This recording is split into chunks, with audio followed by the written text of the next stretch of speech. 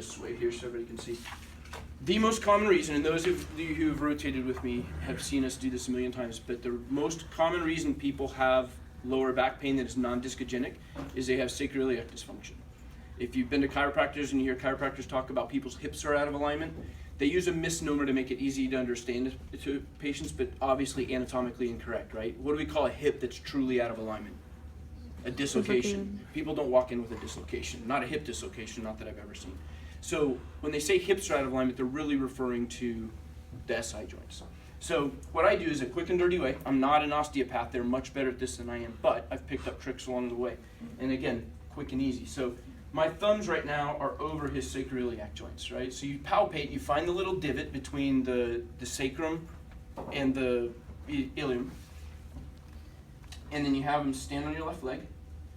So this is Trendelenburg, right? So on the side that they're standing on, your thumb should go up and out a little bit. Their other thumb should go down, and not necessarily in, but down.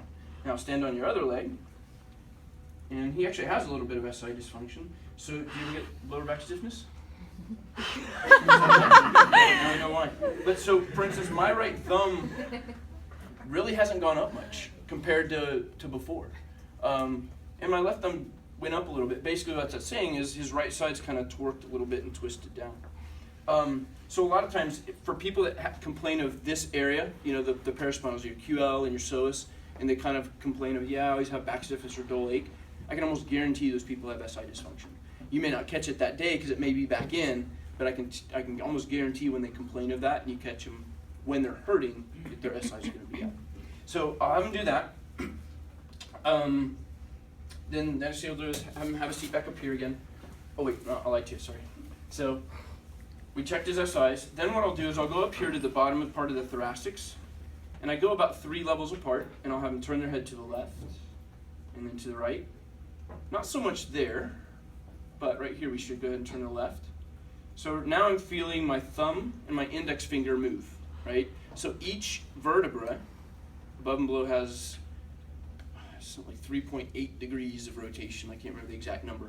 Point being is if you go 3 levels and they rotate, you should get about 10 degrees of rotation, which is a notable difference in your fingers moving side to side. Go ahead and head to the left and to the right. So again, I'm getting a little bit of translation. And again, left and right. And we just kind of work all the way up to the vertebra prominence. So left, right, and he's moving okay. Then the neck, I'll have him tilt your head back as far as you can, forward as far as you can. And then you can even do the same thing in the neck. So twist your head all the way to the left and the right. And again, he's getting a normal rotation of vertebra, so no problems. And then have a seat back up here. I'll do a quick hip check. So pretty easy, right? Push out against me, push in against me, push up against me, push up against me. Go ahead and lay back for me.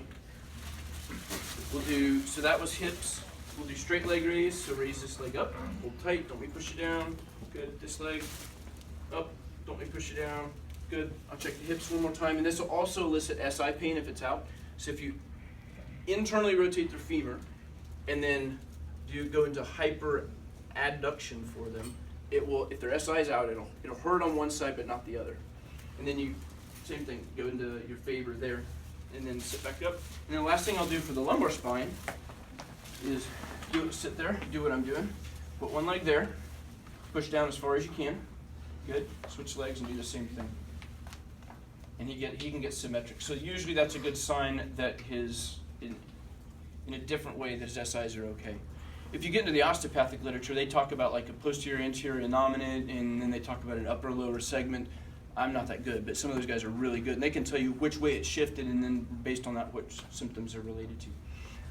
Then the other thing I'll just check in his neck is I'll just have him hold his shoulders out, hold tight. Good, up above. Good, and push your head forward, push your head back, tilt your head over this way, and over that way. Push down, that's your Sperling's test. You'll do it on both sides. And now we've done shoulders, neck, thoracic, lumbar, hips. So we got a pretty good spine exam. All right. Spine exam is also probably a little more important. Make sure you're checking reflexes, sensation, muscles, because if your calf muscles aren't supplied properly nerve-wise, you'll see a weakness on one side versus the other.